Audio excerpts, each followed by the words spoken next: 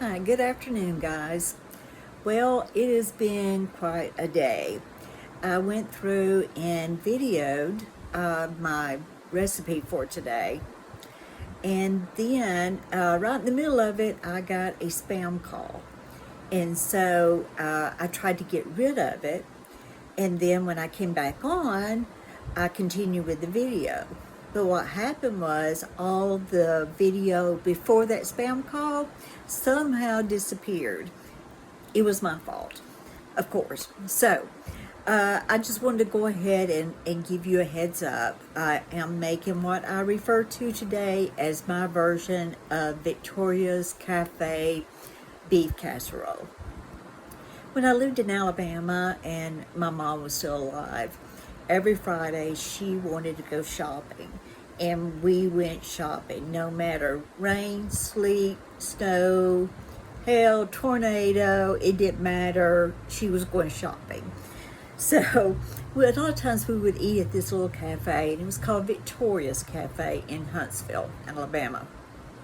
And we really enjoyed it. But she had a beef casserole that I truly loved. And so one day I asked, can I have this recipe? And it was denied. So I thought, okay, well, I get it, so, but I thought to myself, I can go home and I think I can copycat this. So I did. I went home and just experimented with different versions of it and finally come up with this version that tastes to me just like it. So we're going to get started on this, and I wanted to just thank you first of all for visiting with me and for bearing with me through this kind of trial that I'm going through. I have been a little scatterbrained today. I had to go to the doctor yesterday and had to go to the doctor today, and so I'm kind of fried. But I really wanted to share this casserole with you.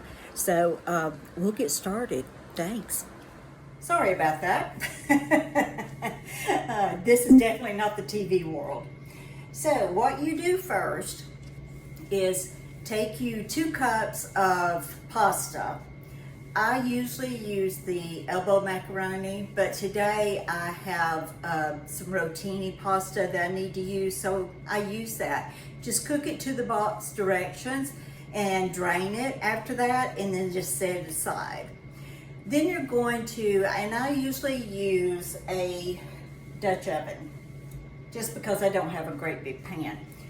You brown 1 pound of hamburger, a half of an onion chopped, and a half of a bell pepper chopped.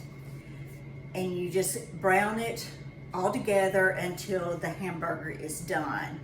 Now, if you don't like bell pepper, you can use the yellow, red, or orange, but it doesn't give it that oomph that it needs. So I do recommend using the green bell pepper. So like I said, you do that until it's done, and then drain it. Okay, everything else is you put it in this pot. So here we go. We need 1 can of petite diced tomatoes. This is a 14.5 ounce can, and don't drain it. So we're gonna put that in there. Then we're gonna do a 8 ounce can of sliced water chestnuts and drain those. I've already drained these. I am not a fan of water chestnuts, but in this recipe, it's great. So we just pour that in there. Then we're gonna do a 4.5 jar of sliced mushrooms. I would not use the fresh ones because it probably won't get done. And you drain these, I've already drained them. So you put that also in your pot. Now, you're gonna use a 10.5 can of cream of mushroom soup. So let me open this jewel up here. And you just put that in the pan along with it. Okay, and then here's my pasta that I've already cooked and drained. So we're gonna add that in there if it will come out. It's just been set in a few seconds. So there we go. So now all you actually have to do is just stir this all together. Just till it's all really mixed good. And of course you want that soup to just be distributed all through it, not in lumps. Then you can, if you want to, you can keep your, after you drain the hamburger, onion, bell pepper mixture, you can put it back on your stove like on low, and you can add these ingredients then, and it just goes ahead and gets some heated up a little bit. But they will, even if you do it like I'm doing it today, it will get done because it does stay in the oven, so it finishes cooking in there. So then, I have a 9x13 casserole dish, and I sprayed it with cooking spray. So we're gonna pour, I tell you what, I'm sorry, I'm gonna back myself up a little bit. I purposely waited. While I browned the hamburger, I put just a tad of garlic powder in there, maybe 1/4 of a teaspoon, but I didn't put any other seasonings in there. So here's my handy dandy salt box. So just take you like a handful of salt, put it in there, and then I've got black restaurant style pepper, put that in there. It just kind of makes me feel like a chef when I do this. I'm not a chef, but it makes me feel like one. So you do that to your own taste.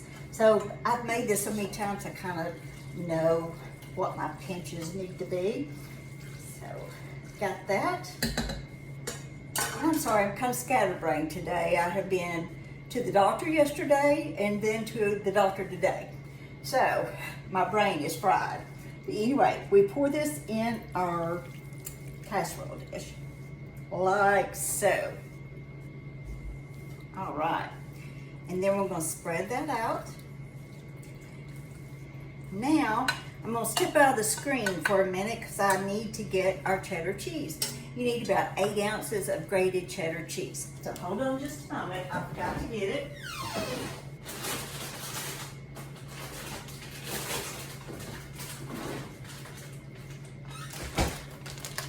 Here I am. I told you I'm a little scatterbrained today. So, what we do is, of course, you can put less or you can put more. But usually the 8 ounces is plenty. You just scatter it on top there, like that. And then it goes into a 350-degree oven. And I would start with about 30 minutes. And you'll know it's done when the cheese is melted and you can see it bubbling underneath. So I'm going to do that, and of course when it's done I will come back and show you the results of it. But one thing I wanted to tell you is this is really good leftover. Tastes just like it did when you fresh do it. Usually I will serve just yeast rolls, maybe a salad with it. But tonight we're just doing yeast rolls. Like I said, my husband and I, we eat on different schedules. He's already had part of his stuff, so I'm gonna keep it simple and just do rolls. And a lot of times I make the yeast rolls, but not today. I'm gonna use the frozen kind. So also, it's a great casserole to take to, like if you have a potluck, or if there's someone in need, or if they're sick or something like that. Such a nice gesture to you know, carry this stuff to them.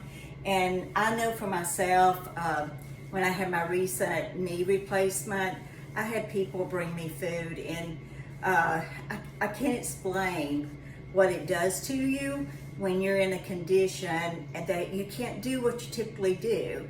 And I am the cook in the family. Now my husband can grill and things, but you know, we probably would just be eating meat all the time. Bless it. But this is something that anybody would enjoy getting. So I'm going to also go ahead and remind you that Friday, August the 1st is the deadline to come up with my business name and the name of my future cookbook that I am working very hard on to get done. So you can message me, you can comment in the comments what your thoughts are, and Friday I will decide. I have already gotten several clever names that I really like, but I encourage you, please send something in, and for me, if you will, please like and share this recipe. I am trying to, build myself a small little business. I will get to where I sell things, but right now I'm just kind of enjoying sharing things with people. And so the more that you share, the more that I will be able to enjoy people's comments and questions. And if you ever do have a question, please, by all means, just send me a message and I will answer you. So this goes in the oven, and when it's done, I will be back. So I will see you soon.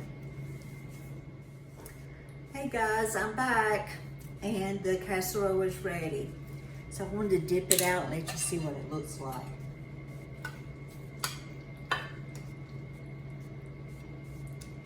Ooh, all that good stringy cheese. My goodness.